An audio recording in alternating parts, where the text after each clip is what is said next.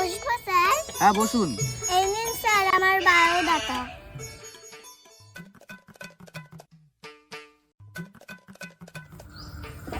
Shrinika Das, graduate.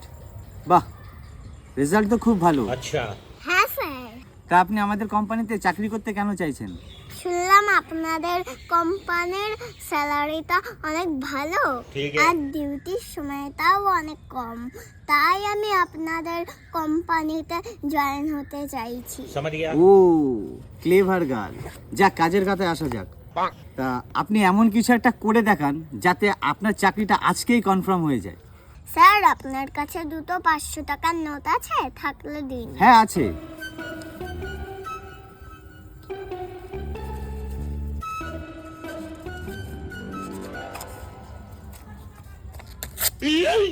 Sir আমার সামনের মাসের স্যালারি থেকে টাকাটা কেটে নেবেন। কনগ্রাচুলেশনস, আপনার চাকরিটা হয়ে গেছে। Thank you sir.